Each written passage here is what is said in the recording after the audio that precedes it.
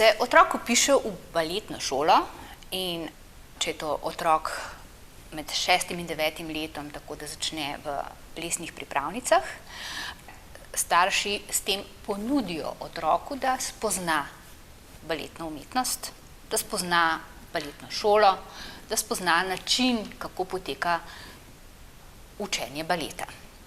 Starši vpišemo svojega otroka z zelo različnimi vzgibi. Nekateri želimo otroku ponuditi novo možnost gibanja, nekaterim je všeč umetnost in želijo, da otroci spoznajo tudi balet. Nekateri pa imajo kakšne zamere iz otroštva, ker sami niso želeli ali pa njim zelo všeč in se zdi, da bi pa njihovi otroci to morali početi. Kadar so tovrstni vzgibi skriti za tem vpisom v baletno šolo, prosim, bodite pozorni, kaj se dogaja z otrokom.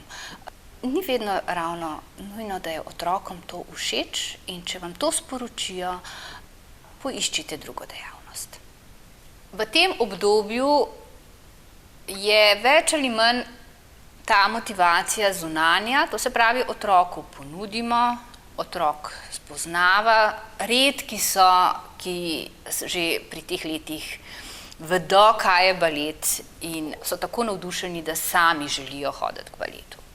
V tem obdobju so potem tudi trenutki, ko kolebamo, ali je to pravo ali ni.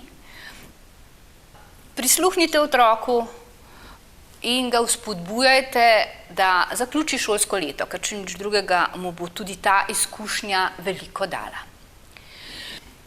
V drugem obdobju po plesnih pripravnicah, ko postane šolanje intenzivnejše, je pomembno slediti otrokovim telesnim zmožnostmi.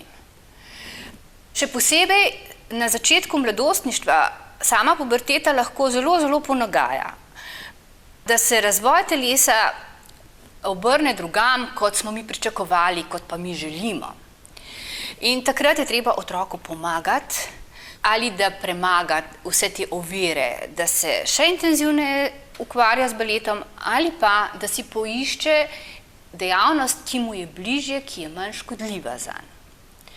Ko pa se v mladostništvu otrok odloči za to, da bo hodil v baletno šolo, ko je za njim tudi ovira sprejemnega izpita na srednji stopnji, takrat pa priporočam samo še podporo, podporo in podporo. Prisluhnite mu takrat, kadar je v stiski, pomagajte mu in zaupajte ljudem, ki se ukvarjajo z njim. Ker v vsem tem je najpomembnejše ravno to sodelovanje med otrokom, učiteljem in starši.